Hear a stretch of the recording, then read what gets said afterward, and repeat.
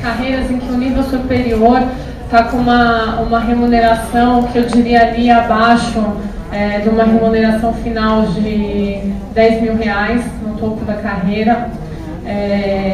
Tem um grande contingente que está nesse patamar, que é bastante inferior a diversas carreiras, outras carreiras de nível superior que a gente tem. E que estão atuando em áreas muito estratégicas, né, do Estado. E esse problema da rotatividade da força de trabalho, a gente conhece e também é um grande objeto da nossa preocupação.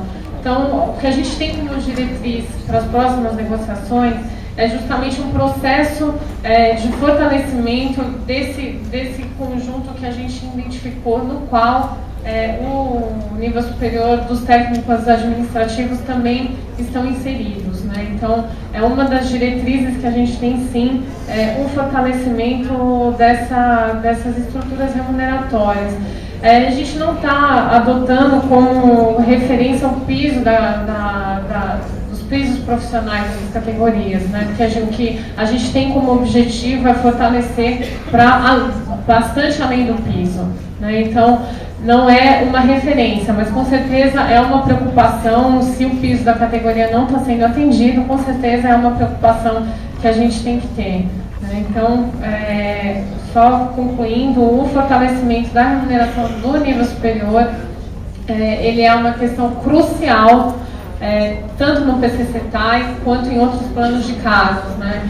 A gente, esse ano, encaminhou esse projeto de lei 2203, sobre o qual falamos aqui, e que ele previa um processo de fortalecimento muito importante do nível superior de algum desses planos de cargos. O PCCETAI acabou não estando incluído, porque a gente não conseguiu avançar na mesa de negociação, mas, como eu disse aqui, eu acho que esse conflito, muito em breve, a gente vai superar, para a gente dar continuidade, então, à nossa negociação. Há muitas perguntas aqui envolvendo a questão do incentivo à qualificação, retribuição por titulação e gratificação por qualificação, que você abordou.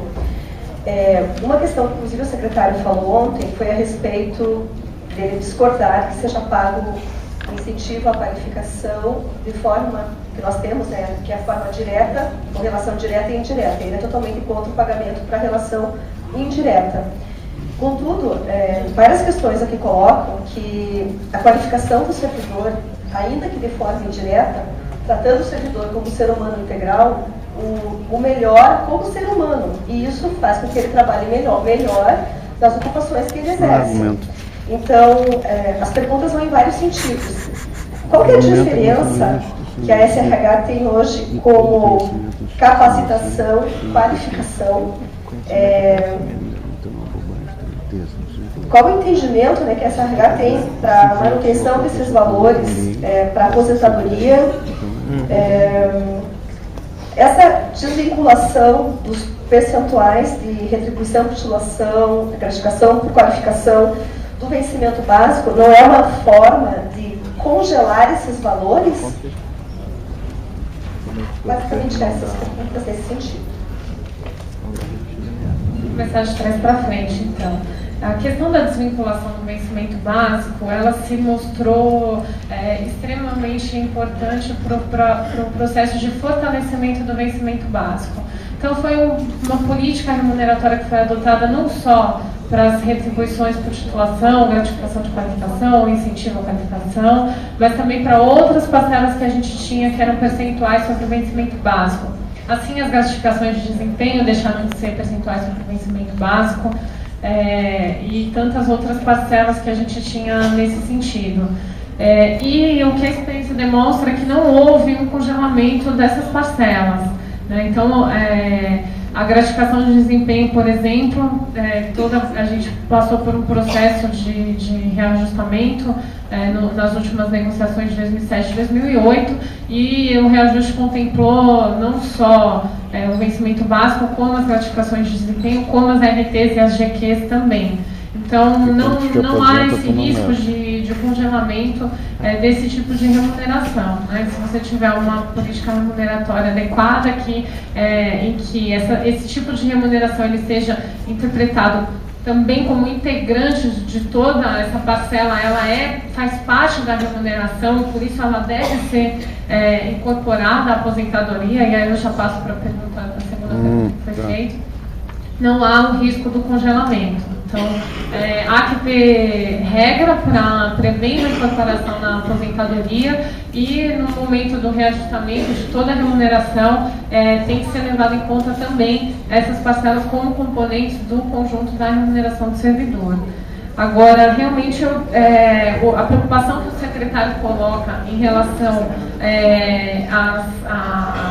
à forma de estruturação do IQ, dos técnicos administrativos, é um grande debate que a gente também tem na negociação, porque para nós a política de capacitação ela tem que refletir as necessidades do órgão, ela tem que, ela é a que tem o condão de fazer uma vinculação entre o desenvolvimento do servidor alinhado aos interesses da instituição.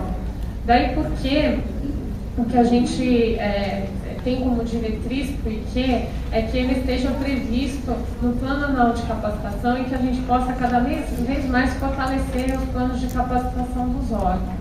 Então, uma remuneração específica para uma atividade que não tem relação direta com a atividade do servidor, não tem uma relação direta com os objetivos institucionais, ela realmente não encontra correspondência numa política de capacitação em que você realmente contemple aí os interesses da organização.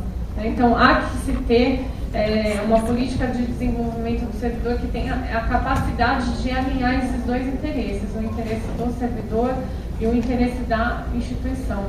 Então, basicamente, é esse ponto que a gente quer fortalecer, e por isso que um IQ que remunera uma atividade que não tenha relação com as atividades do servidor, ele não favorece a uma política de capacitação voltada para os interesses dos órgãos, que são os interesses públicos, né? São os interesses da sociedade. Você comentou também que e aí a pergunta nesse sentido, sobre a avaliação por 360 graus. Até tem que tomar cuidado com a utilização dessa terminologia, porque são termos registrados, né, pelo autor que criou essa avaliação. Mas a pergunta é se essa avaliação, na ótica de vocês, da SRH, prevê que o servidor também possa avaliar a sua chefia. E nessa linha, há uma outra pergunta que nos tem encaminhado a você, que diz assim: como ter uma avaliação de desempenho eficiente com baixa remuneração nas funções gerenciais, desmotivando a ocupação dessas funções? Só para você ter uma ideia, a maior parte das nossas funções são de nível de função gratificada, cujos valores estão bastante reduzidos. Quem acha que os valores dos FG são reduzidos, por favor, dá uma olhadinha. Então, assim, são essas pessoas que serão avaliadas pelos seus funcionários, né, que não encontram motivação para estar.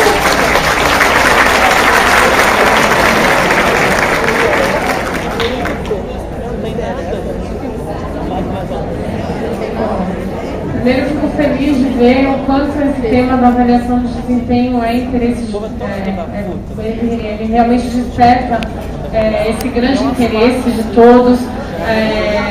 Os servidores públicos, eles são muito cobrados, né, pela sociedade. A gente, depois de todo esse processo de reorganização das carreiras, todos esses recursos em que a gente investiu na folha de pagamento, como a gente colocou aqui os valores em que a folha cresceu depois do período negocial de 2007 e 2008, mas também os anteriores, leva também a uma grande cobrança dos servidores públicos, né? A gente enfrentou um debate, a gente veio de um período eleitoral em que